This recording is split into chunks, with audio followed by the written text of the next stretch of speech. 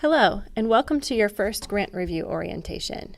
My name is Sarah Bartley. I work for the United Way in Community Impact, and it's my honor to share with you today about the process you're embarking on with us. So, why are you here? We actually know that many of you, when you filled out your registration to join us as a grant reviewer, told us that you are most interested in giving back through civic or volunteer engagement. We know that many of you are here because you're really looking forward to learning a little bit more than you already know about work that's happening in your community, meeting new people. We know that about 40% of you said you were interested in actually networking, maybe building your resume through this experience and meeting other people. Some of you are really interested in adding your perspective to how United Way invests in your own community, being represented in that, while still others are interested in being a stakeholder in how United Way invests your own philanthropic gift. These are actually all really great reasons to join us and participate in grant review, and we're just really glad you're here. Before we go much further, we wanted to play you a welcome message from our president, Mike Durkin. Hello, I'm Mike Durkin. I serve as president of the United Way, and I want to thank you for your commitment to our community and also to United Way. What you're going to engage in as one of our volunteer reviewers is a first-hand look at what United Way is trying to do in our community through great partner organizations. United Way works best when we all work together, trying to identify needs that exist in the community and then figuring out the best way to address those needs. What United Way does is try to bring together lots of people like yourself and others throughout our community who really care about making a difference in the lives of individuals and families who sometimes need just a little bit of help and others need help every day of their lives. What we're trying to do is level the playing field for all of them. We do it with your help by carefully looking at and helping us to understand the issues and the best organizations that can address those issues. And then finally, how do we support them in the ways that they need to fulfill their missions? At the end of the day, United Way is not about an office. It's not about an organization. It really is about people. And what you're doing with your commitment is providing that important element, the people element, to make sure that we do our work as best we can for everybody in our community. So thanks very much. I hope you have a great time with this, and I want you to know you're making an important difference in the lives in our community. Thanks very much. We have a number of goals for today's orientation session.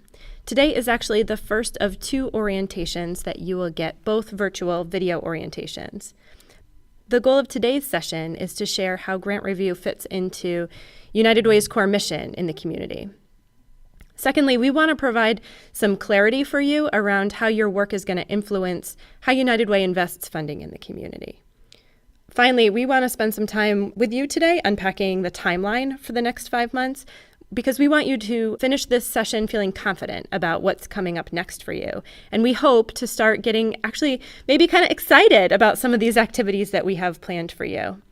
If you know that you signed up to be a team leader, we hope you'll stick around all the way to the end. We have some bonus material for team leaders. We'll let you know when that is coming if you know that you did not sign up to be a team leader. To begin, the mission of United Way is to make positive, lasting change on people in need. As you heard Mike say in his welcome, we exist to bring the community together around solving problems and improving people's lives in measurable ways. This improves the quality of life for all of us as well. So this is a pretty broad mandate, we know. So it might be helpful to know that there are 2 primary foundations that we focus on at United Way. These 2 foundations for better lives are financial opportunity and educational success. With these 2 as the foundations of our work, United Way works towards the following goals for individuals and communities across Eastern Massachusetts and even in the greater Seacoast.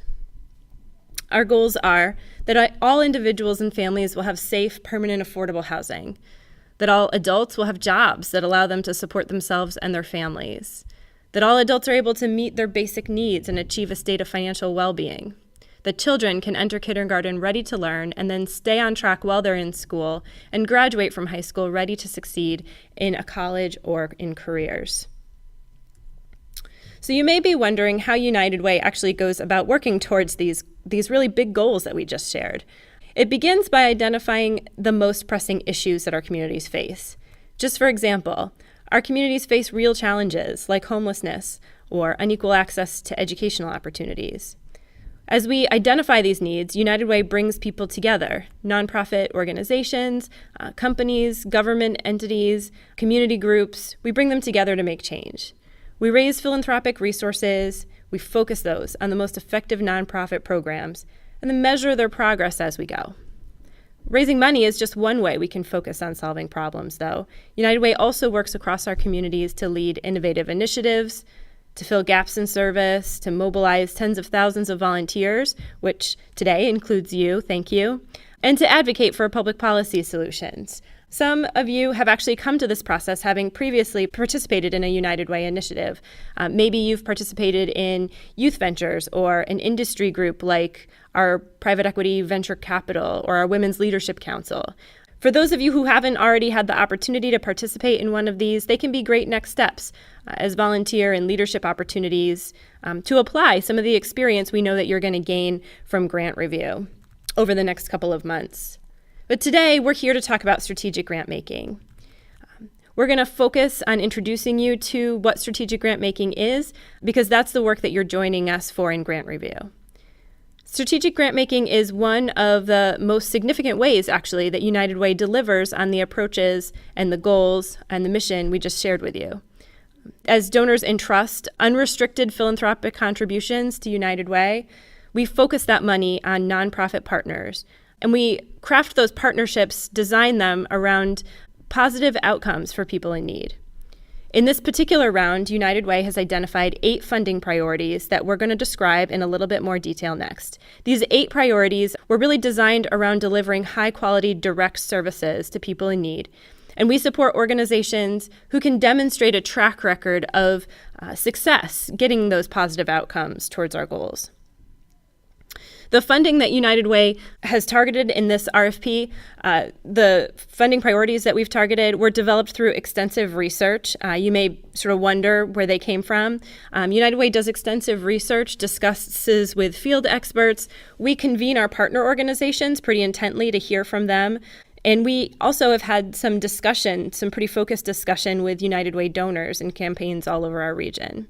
And then just about a week ago, 198 nonprofit organizations submitted applications to partner with us to deliver those outcomes.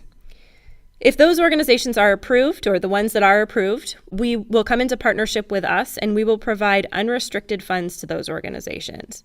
United Way is pretty committed. In fact, our board has continued to approve and agree that we are committed to providing unrestricted funding to organizations.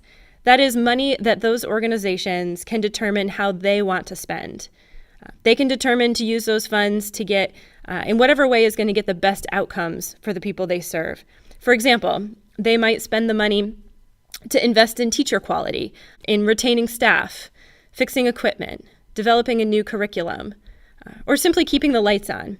Because we don't ask organizations how they spend the money, it doesn't mean that they have a blank check. United Way holds organizations accountable to do what they say they're going to do in their applications. Their funding comes in exchange for their defined contributions to the 8 funding priorities that we're going to be talking to you about today. That's actually why we need you so much in this process. Your investigation is going to ensure that we identify only those organizations who are best positioned to achieve impact. Particularly, I think, because we are investing unrestricted funding, we really need you. We need you to be critical and objective in determining whether or not the applicants that you are reviewing are meeting the basic criteria we've defined. So how can you provide us with the most objective and valuable feedback? You do this by scoring proposals and providing us with comments throughout this process as you further investigate the applications that you've been assigned. And that's what we're going to do today, is just introduce you to that scoring process. So at this point, you've heard about our goals, you've heard about how we invest funding, you've heard about who's looking to partner with us and how we're looking to invest in those organizations. You're probably wondering about these funding priorities I keep talking about.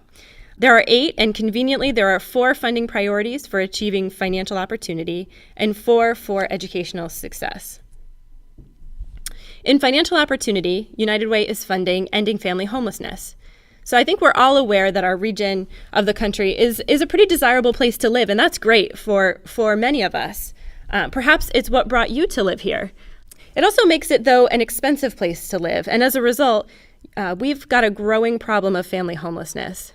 That is, there are increasing numbers of families who, though they may be working, can't find an affordable place to live. And as a result, they experience instability. This has a pretty significant impact on children. So this funding priority, Ending Family Homelessness, is designed to stabilize vulnerable families in safe, affordable housing. Next, financial well-being through individualized coaching. This can be a mouthful. We often call it financial coaching. This priority recognizes that, for some of the same reasons we just talked about a third of families in our region don't have adequate savings to weather a financial emergency. This puts them at risk of experiences like homelessness. Financial coaching through certified nonprofit professionals helps to empower low-income families to take real steps toward greater financial stability. With our help, families can escape poverty by increasing their savings, reducing debt, building assets, and improving their credit. Next, job training and placement. In every community, there are employers who need qualified employees in order to be successful and to fuel a thriving economy.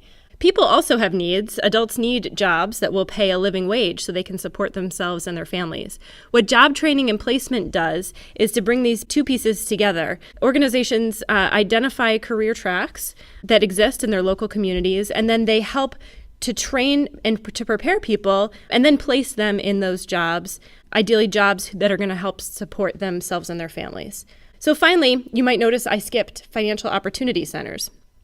Financial opportunity centers are something that United Way began working on about 6 years ago with local organizations, mainly in gateway cities across eastern Massachusetts, to develop a model that coordinates resources under one roof. Research has shown us that families end up making more progress when they have the opportunity to access services that are integrated, rather than having to piece those services together from different organizations. Otherwise, a family might have to, say, go to one organization to get help finding a job, another organization for some basic case management, maybe yet another organization for help building their credit or learning how to create a budget. Instead, what financial opportunity centers do is bring these three elements together under one roof to better meet a family's needs. The key services that are getting integrated and coordinated in a financial opportunity center are job training to help families get better jobs, financial coaching to help families manage their household budget and develop credit, build savings, and finally screening to ensure that families can access the benefits that they need while they're working to improve their financial situation. So, as I said, there are also 4 funding priorities aimed at helping children and youth to achieve educational success. The first is a historic priority for United Way, and that is early education and care. It's one that we are often known for. We support organizations who are reaching some of our region's most vulnerable young children and families and provide them with high-quality early educational experiences, the kinds of early education and care that will truly prepare children with the physical and social and emotional and academic skills that they're going to need to be successful in kindergarten, yes, but also successful throughout their educational trajectory and throughout their lives. Next, 2-generational approaches to school readiness, also a mouthful, but this is a new priority for United Way that we're pretty excited about. Here we are looking to bring together a number of the programs that we maybe previously funded to support families with young children, but around the goal of serving both the parents and the children at the same time. We're really excited about this and about the organizations that are engaging both children and parents as they seek to develop financial stability and parenting skills and parenting confidence. But also as they work with parents, they also work with children to help them get the support they need to develop on track and get ready to enter kindergarten, ready to learn. These programs ensure that both parents and children's needs are not only met, but also accounted for in the basic design of the program. Once children enter school, United Way wants to ensure they continue to be nurtured with the skills that they'll need to stay engaged in school, to keep learning, and to get ready for employment after graduation. So if you think of the personal skills that you might look for in a job candidate, communication skills, empathy, teamwork, these are actually social emotional skills. Social emotional learning in out-of-school time is a priority where United Way can support the kinds of learning experiences that happen outside of the normal school day that will help kids be more successful in school and life later on. Finally, post-secondary pathways for opportunity youth. This is a priority focused on a particular population of youth. Opportunity youth are older youth who are not consistently in school or working. They may be in that situation for plenty of good reasons. Perhaps aging out of foster care can be one example. Young adulthood is a critical time for youth who aren't currently engaged in school or work. Young adulthood is a critical time to get them back on track, and this priority supports programs that are effectively actually reaching those youth, helping them to prepare for career success. For example, maybe helping them earn credentials such as a high school equivalency diploma, professional certificate or college degree, as well as work readiness, helping them develop the soft skills they'll need for success in their studies if they go on to college, or for success in the workplace, in parenting, and in life. So all reviewers, every one of you, are going to be placed on a team focused on one of those 8 funding priorities that we've listed for you in financial opportunity and educational success. So in the next virtual orientation that you're going to get a deeper dive into why United Way has selected the one priority that you're assigned to, and how we hope that you'll help us to evaluate that priority. You're going to need a much deeper dive than you've had today, and that's what you'll get in that second orientation.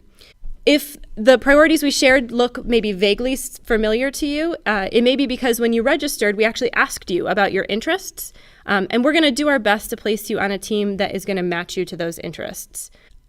If you have a conflict of interest, if this brings up maybe some concerns for you that specifically you are currently working for, being paid by, or serving on the board of directors for an organization who is applying for United Way funding in one of those 8 funding priorities in this particular process, you simply need to let us know. And what we will do is assign you to a funding priority that your organization did not apply in.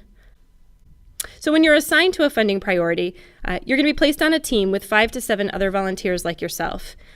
You're all going to be reviewing the same funding priority and the same batch of applications. We assign each team multiple applications to review because it becomes helpful for you to be able to compare applicants.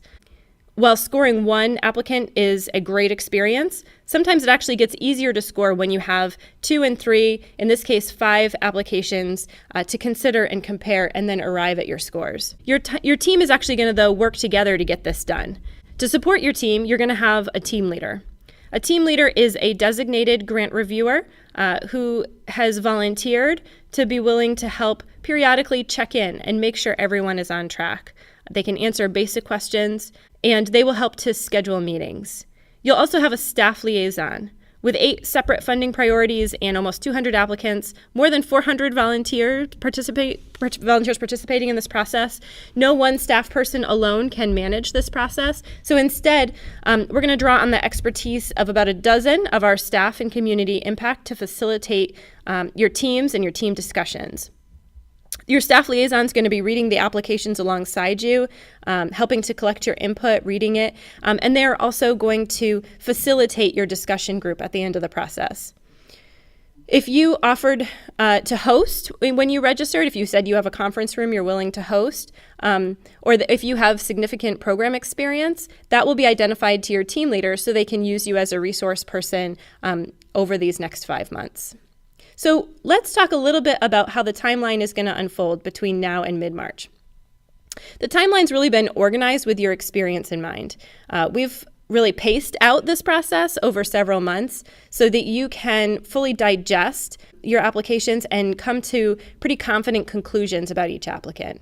The timeline we've built gives you the opportunity and the space to read and see and listen and discuss your applicants before you ultimately sit down to score them based on those experiences. So we're going to begin here in September and early October. Right now, your job is simply to digest the information we are providing you. Take the time to look at your calendar over the next couple weeks, identify when you'll go through the next orientation video that we send, when you're going to have some quiet space to sort of digest what we're looking for in applicants. Understanding this early on is going to make the next steps a whole lot clearer. By the second week in October, you're going to receive access and be able to read your applications. And we will also open up site visit opportunities for you to sign up for. It's important that you do an early read-through of your applications during October and early November. This is going to help you get your feet under you and allow you to be thinking about these applicants in the back of your mind over the next couple of months. While it's quite a bit of reading, you can set the readings and pace them based on your own preference. You might mark out an hour once or twice a week during the month, or you can simply pick a Saturday when you want to plow right through them. You know yourself and your time and your schedule best. If it's helpful, you can make your first read-through relatively quick, but give your focus, your most intent focus, on the applicant that you plan to visit in your site visit. That's going to help you focus and prepare for the site visit. Between November 7th and December 17th, all of the site visits are going to take place. More will be coming later in this presentation about the site visits. For now, just know that we're providing you with plenty of information to be able to make this time valuable.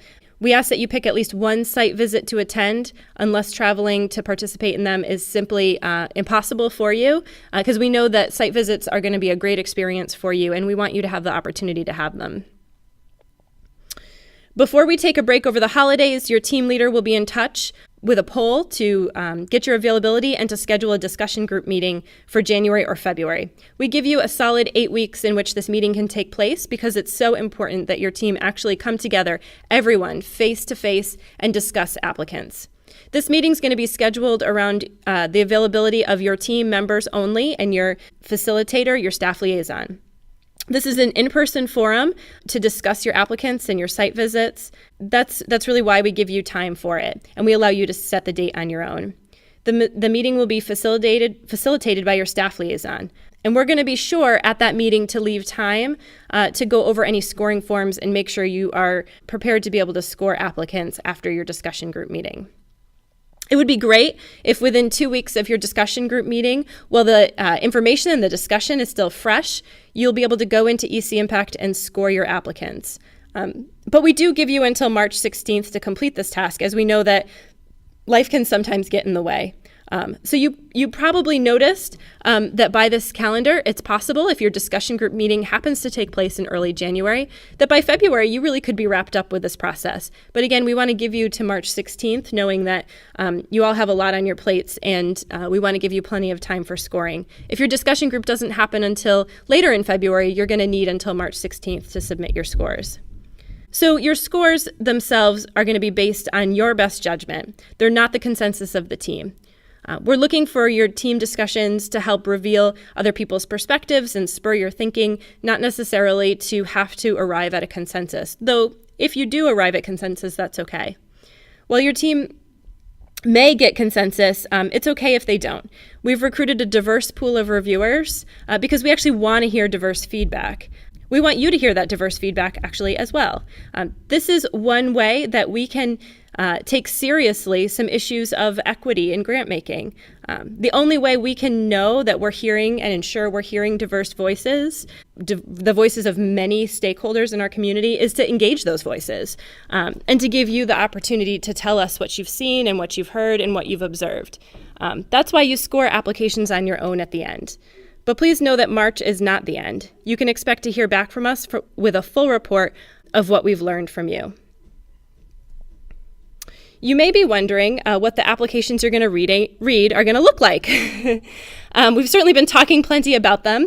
Applications have a number of components. It can be a lot to keep track of, so you're going to find it helpful to keep a cover sheet we'll provide to you handy throughout the process. It's meant to be a portable, quick reference point for each applicant that you're assigned. And the first email that you receive from us introducing you to your assigned applicants is going to have attached a PDF document of a cover sheet.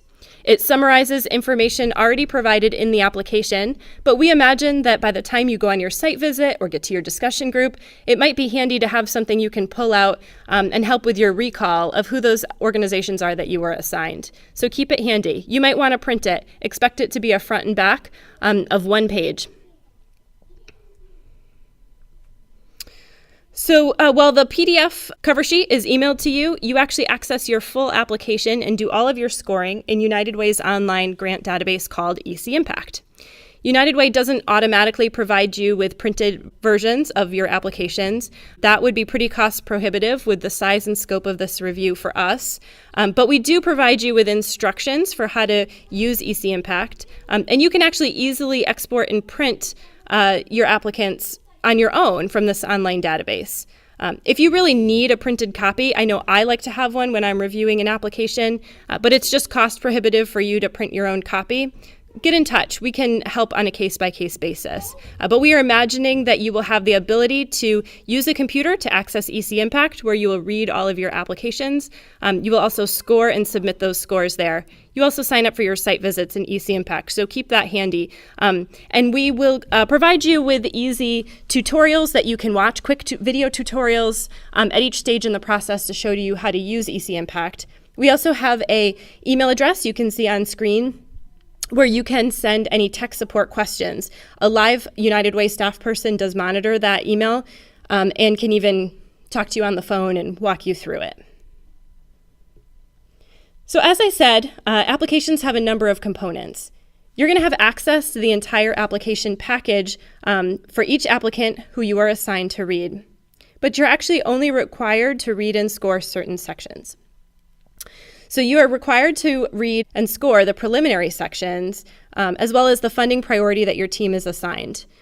So those sections are the mission alignment. The organization will tell you about what their mission statement is, what their mission is as an organization, and how that aligns with United Way's goals that we've already talked about today. They're also going to talk to you a little bit about why they want to partner with United Way, why they've taken the time to submit this application in the first place.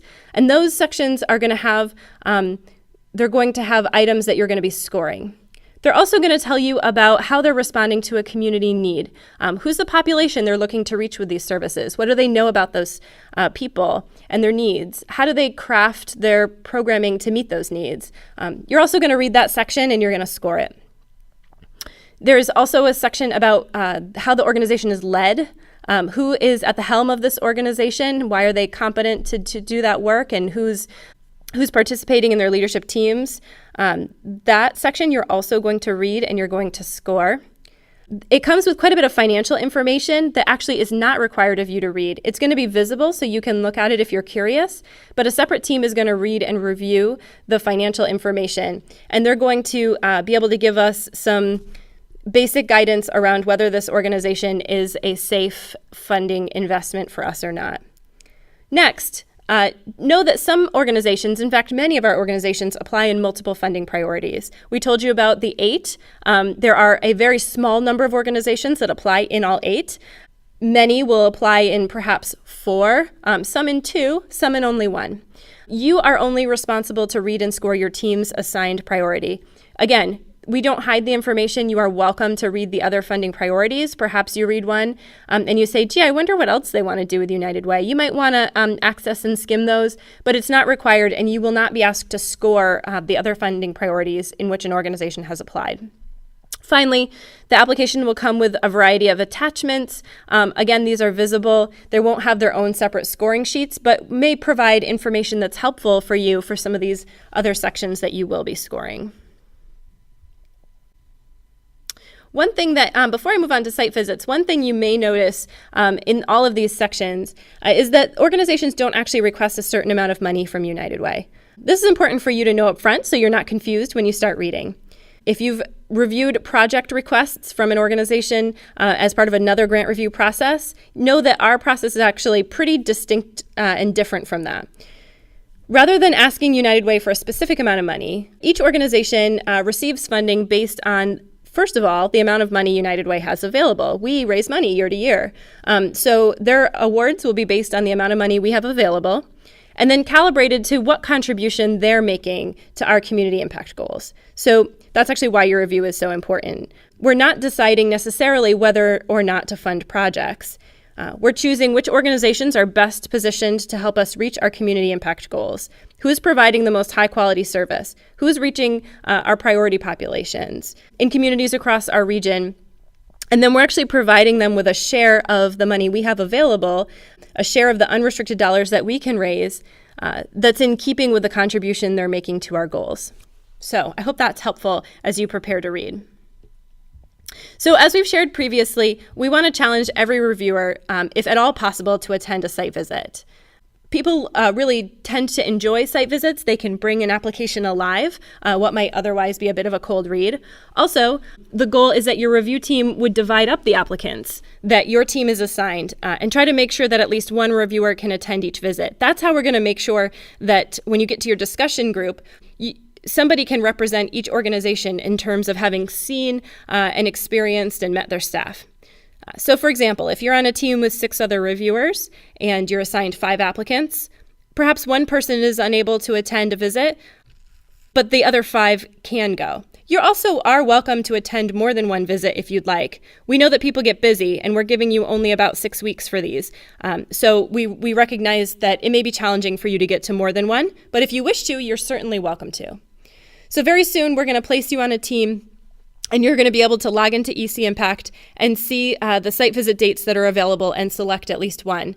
We do allow, just to make this process at all manageable for our nonprofit partners, we allow them to set the dates and times and places of their site visits. But we have done our very best to try to assign you to a team that has geographic feasibility for you, and we know that many of you can't travel as far as others can, and so we are trying to place everyone on teams where they will be able to get access at least one of the sites where organizations are holding their site visits. So once you find a visit that you can get to, it's at a time and date that you can attend, please hold that on your calendar and do your very best to make it. Actually, our staff are not going to join you on these visits. These are really up to you as volunteers. We're really counting on you to attend. The week prior to your visit, we're going to provide you with some further information, anything that we know about what you can expect on the visit. We'll give you a confirmation of who's going to be attending your site visit. Know that if an organization has applied in multiple funding priorities, you may be visiting the site with other volunteers who are whose job it is to score other sections of their application, so you may not be alone. You're also going to get information about the location, how to find it, where to park, if that's relevant, any other relevant details ahead.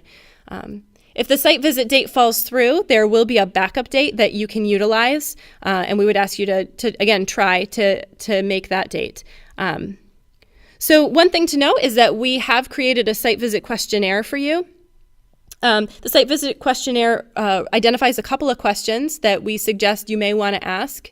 It also gives you space to write in your own questions that you may have prepared from your application. And we will send that to you as an attachment along with this presentation. So what are your site visits going to be like? The organization will also have received ahead of time the agenda for your site visit, so you will all be on the same page, even though you'll just be meeting. When you arrive, you'll get the chance to meet each other, and you will ideally get the opportunity to see programming right off the bat, if that's at all possible. On very rare occasions, organizations who serve highly vulnerable populations are unable to receive guests in certain parts of their programming. We understand that. We certainly want to be conscious of that. But for most organizations, you're going to have the opportunity to see programming. Then you will get the chance to sit down with the key staff. It might be their executive director and maybe a program director's, program staff, and you'll get the chance to discuss their application. So you'll use the questions we gave you and any questions that you prepare to guide that discussion time. And you also may want to, and the agenda will allow you to leave some time, if you can, for the organization to ask you questions. They may have questions for you as well. So if you have questions that come up later about an applicant, so say you go on your site visit, you have the chance to ask questions and you write them down. So first of all, what do you do with those questions? We're going to prompt you with a questionnaire after your site visit so that you can tell us who was on your visit, what you talked about. If you get any key answers you think are going to impact the scoring, you can certainly write those down on that questionnaire, and that's going to help us prepare for your discussion group and bring that material into your discussion group. You're also welcome, actually encouraged, to speak with the other reviewers on your team if you wish. If you notice someone else is going on a site visit that you really wish you could attend because you have questions for that organization, but you can't attend the date, we hope that you'll work together. Send that person your questions so that they can bring them and get questions answered for you. You really are encouraged to utilize the members of your team. With all that said, we know that site visits are really rewarding. for you, but we also ask that they be the primary way that you ask and get answers to your questions. If you have additional questions that don't get answered, we would ask that you would refrain from contacting the executive director outside of this process. You'll be able to ask additional questions if you come up with them in your discussion group. And ultimately, if you have questions that aren't answered, you're going to have to score based on that. We want you to know that really, if you still have questions at the end of this process about whether an organization is competent, that's not on you. You haven't failed. It's really on our organizations to utilize the application to show competency, to show that they're competent to do this work. And so if you get to the end and you feel like, gee, I just don't see it, you're welcome to give a low score. Actually, we need you to do that. So don't feel like you've failed if you still have questions, but please utilize these given opportunities, whether it's the site visit or the discussion group, to ask your questions and use your staff liaison as well. We know that you're going to love the site visit. It's often people's favorite part. And so we look forward to hearing all of your reflections about the site visits at our discussion groups. So how are you actually going to score an application? The final portion of the process after you go to your discussion group and get the chance to discuss the applicants is to actually sit down and give scores. You're going to score your applications last, really because we want you to fully digest all of your applicants and come to confident individual conclusions about each applicant. The timeline we've built certainly gives you the opportunity to do that, and then input your scores into EC Impact and submit them based on your experiences and your perspectives. But it doesn't mean that you're on your own. You're not having to come up with just one number. United Way is going to give you and fully orient you to a scoring rubric that we use. This is a pretty simple form with a number of items that we would ask you to review. They actually track with the sections of the application that we already talked about. So for example, we talked about how organizations write in and tell us about what their mission is and how it aligns with United Way's goals. There's a question on the scoring rubric that asks you to score the extent to which the mission is aligned with United Way. And our goals. Again, there's a section in the application where organizations tell us how they want to partner with United Way. There's a corresponding question on the rubric that asks you to assess the extent to which the organization's ready and willing and able to partner with United Way to do the work. So the rubric will guide you through considering a number of items about each applicant. And the rubric will give you a simple scale. It's a 0 to 3 scale for rating each item. It'll give you examples of what to be looking for, and you'll have plenty of space for using your critical thinking, and then for also entering comments if you think we need a little bit more color than what the rubric has perhaps asked for or what a simple number might give. We do want your comments. So what's United Way going to do with your input? Your scores and any kind of comments that you make in the scoring form are going to help us to identify which organizations are best positioned to reach the populations that United Way has identified as priority for us, but also with the highest quality services.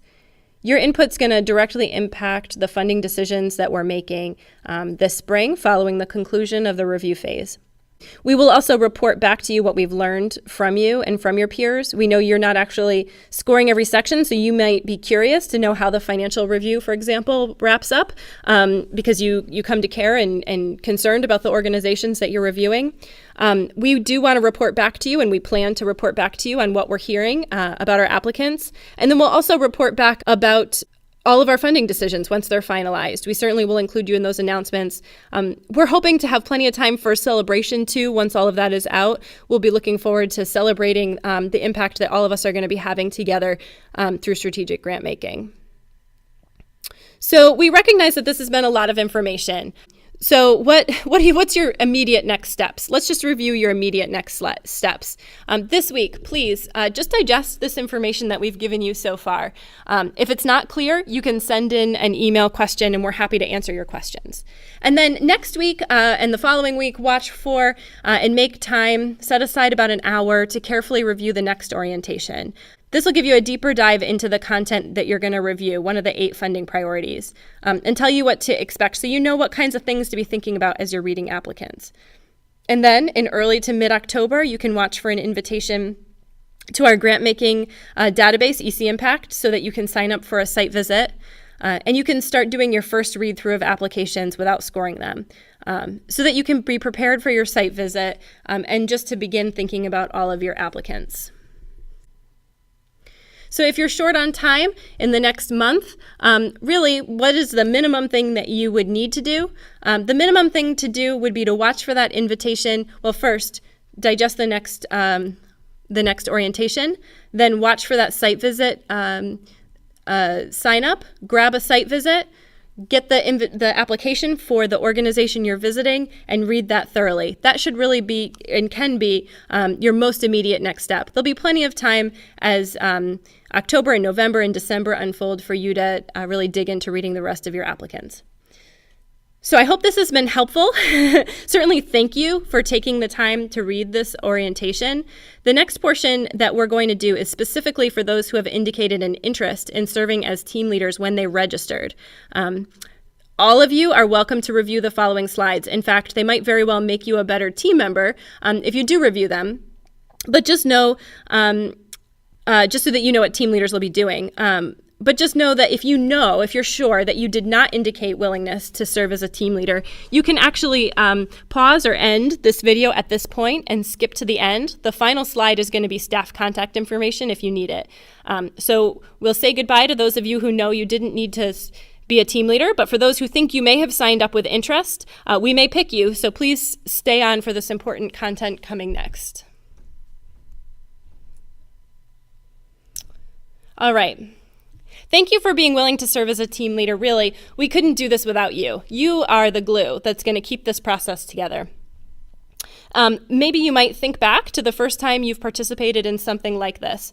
Maybe you haven't before, but if you have, think about the first time you reviewed a grant.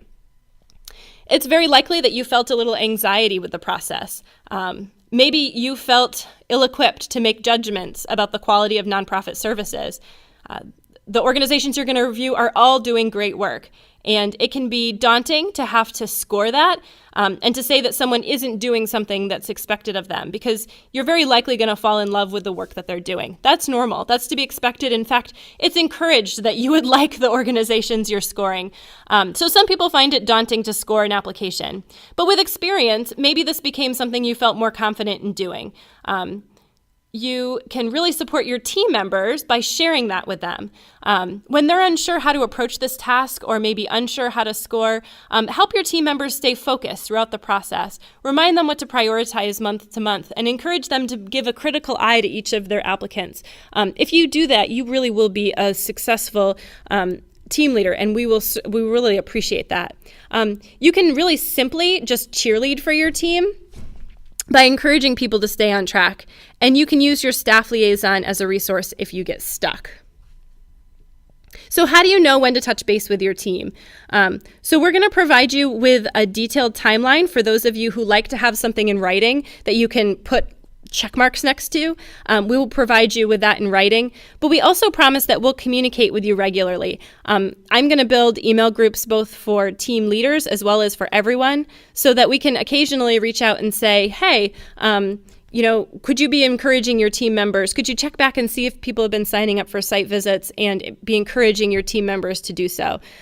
You'll be able to easily forward those and send your own encouragement to the members of your team. We're going to try to provide you with as much information as we can about your team members up front. We'll tell you who has the ability or who indicated in registration the ability to host meetings if you have someone who did. We'll tell you what people said their availability generally was, if they like daytime or evening. We'll tell you who said they had some significant content experience. They're people you might look to if people have questions. We'll also tell you who your staff liaison is and provide you with resources so that you can sort of navigate this process for your team.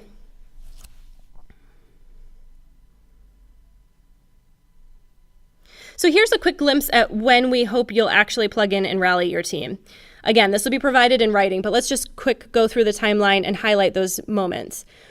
Early on, when we identify you as a team leader, so you'll know because we will tell your team that you are the team leader, We do have more people who indicated willingness to serve as team leaders than we have need for. So if you're not chosen, forgive us. But if we do choose you, if we don't, you can still encourage your team. Please do, actually. But if you're identified as the team leader, the one team leader per team will clearly tell you that it's you and will tell your team it's you. But you might also send your own email to them and identify yourself as the team leader and let them know that you're here to support them.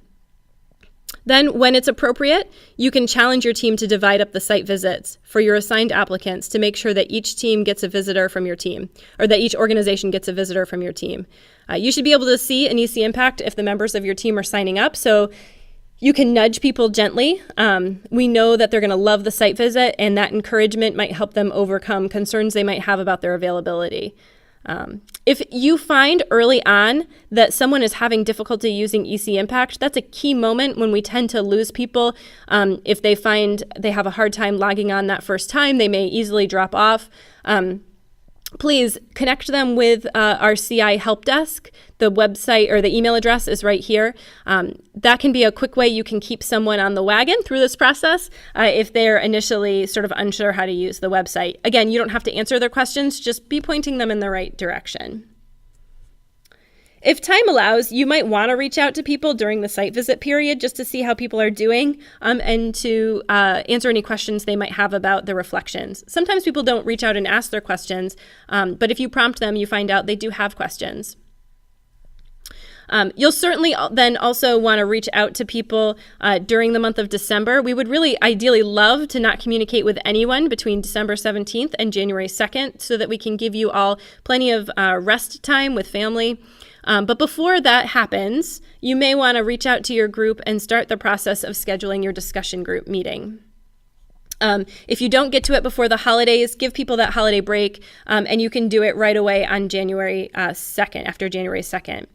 So what you'll do is you will take a look at who has submitted willingness to host, and you're going to select with that person several dates that you might put out to the rest of the team for the meeting. You're going to poll people for their availability. Don't forget to include your staff liaison. The date needs to work for them because they're facilitating. And you'll make sure that everybody has the ability to get to the location you've chosen. We suggest using a tool like Doodle.com. Doodle is a great, easy to use website where you can poll people's availability for specific dates that you set. So you can poll their availability, pick a date, make sure the staff liaison's aware, and then schedule that date. Do your best to schedule it at a time when all members can attend. If you pick a bunch of dates and you can only get 4 out of 7 people there, please try again. We really do want to do our best to select a date that everyone can attend.